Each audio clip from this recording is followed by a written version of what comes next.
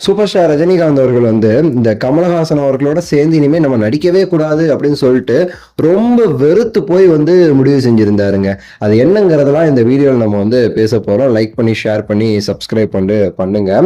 உங்க எல்லாருக்குமே தெரியும், இப்ப ரஜினிகாந்த் அவர்களும் கமலஹாசன் அவர்களும் சேர்ந்து வந்து ஒரு படம் வந்து பண்ண போறாங்க.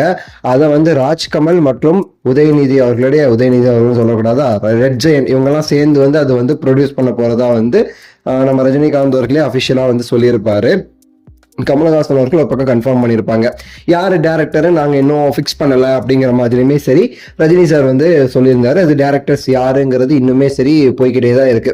சில பேர்லாம் வந்து லோகேஷுங்கிறாங்க, சில பேர் பிரதீப்னு சொல்றாங்க. இந்த மாதிரிலாம் போய்கிட்டு இருக்குன்னு சொல்லி வைங்களேன். இந்த சமயத்துல வந்து ஒரு செய்தி வந்து உலாவுறதை நம்மளால வந்து கேட்க முடிஞ்சிச்சு. கமலஹாசன் அவர்கள் வந்து ஒரு டைம்ல வந்து சொல்லியிருந்தாரு, அதாவது இதெல்லாம் வந்து ஒரு பத்திரிகையில வந்த ஒரு விஷயங்கள் தான், வதந்திகளா இல்லை உண்மையாங்கிறது நமக்கு தெரியாது. அது வந்து சொல்லியிருப்பாரு, இனிமே நான் ரஜினிகாந்த் அவர்களுக்கு வந்து வில்லனெல்லாம் நான் நடிக்க மாட்டேன், எவ்வளவு சம்பளம் கொடுத்தாலும் நான் நடிக்க மாட்டேன்னு சொல்லிட்டு வந்து சொல்லியிருப்பாரு.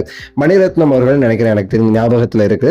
மணிரத்னம் அவர்களோட சேர்ந்து ரஜினிகாந்த் அவர்கள் ஒரு தடவை இணைய போறாங்க. அந்த படத்துக்கு கமலஹாசன் அவர்கள் வில்லனா நடிச்சாதான் நல்லா இருக்கும், அவர் நடிச்சா மட்டும் தான் அந்த படத்தை நான் டைரக்ட் பண்ண முடியும் அப்படிங்கிற மாதிரி மணிரத்னம் அவர்கள் சொல்லும் போது அந்த கதையை ரஜினி சாருக்கு ரொம்ப பிடிச்சி போய் கமலஹாசன் கிட்ட கேட்கும் போது, நீங்க எவ்வளவு கொடுத்தாலும் சரி நான் வில்லனாலும் நடிக்க மாட்டேன் ரஜினி சாருக்கு அப்படின்னு சொல்லி கமலஹாசன் அவர்கள் சொன்னதான் வந்து ஒரு தகவல் அப்படிங்கிற மாதிரி அந்த பத்திரிகையில வந்து எழுதியிருந்தாங்கன்னு நினைக்கிறேன். அப்போ வந்து இதை கேட்ட ரஜினி சார் வந்து, என்ன இப்படி இருக்காங்க, இந்த கதைக்கு தேவைப்படுதுன்னு சொல்லி தானே மணி சார் வந்து சொல்றாரு, இருந்துமே ஏன் பண்ண மாட்டிருக்காங்கன்னு சொல்லி கேட்கும்போது, அது எப்படி ரஜினி சார், அவருக்கும் இருக்கும்ல, உங்களுக்கு வில்லனா நடிச்சா அவருக்கு மார்க்கெட் என்ன ஆகும் சொல்லி பயம் இருக்கும்ல அப்படிலாம் சொல்லி பல பேர் வந்து பேசியிருந்ததா வந்து தகவல்.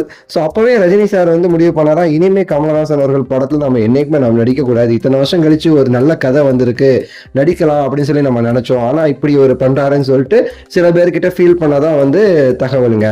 ஸோ அதே ஃபீல் இப்போ ரஜினி சாருக்கு இருக்கா இல்லையான்னு தெரியல. ஸோ இருந்தா அந்த படத்துல வந்து கண்டிப்பா அவர் கமிட் ஆயிருக்க மாட்டாரு. இப்போ அவர் கமிட் ஆனதுக்கு காரணமே என்ன அப்படின்னா, தமிழ் சினிமாக்கு ஒரு 1000 crores வேணுங்கிற ஒரே எண்ணத்தை தான் கமிட் ஆயிருக்காரு அப்படின்னு சொல்லிட்டுமே சொல்லப்படுது. ஸோ பொறுத்திருந்து பார்ப்போம் என்ன நடக்க போகுதுன்னு சொல்லிட்டு. என்ன மாதிரி கதை இதுல வில்லன் கமலஹாசன் அவர்களா ரஜினிகாந்த் அவர்களாங்கிறதெல்லாம் நம்ம இனிமே தான் யோசிக்கணும், பார்க்கலாம். உங்களோட கருத்தை சொல்லுங்க. நன்றி, வணக்கம், மகிழ்ச்சி.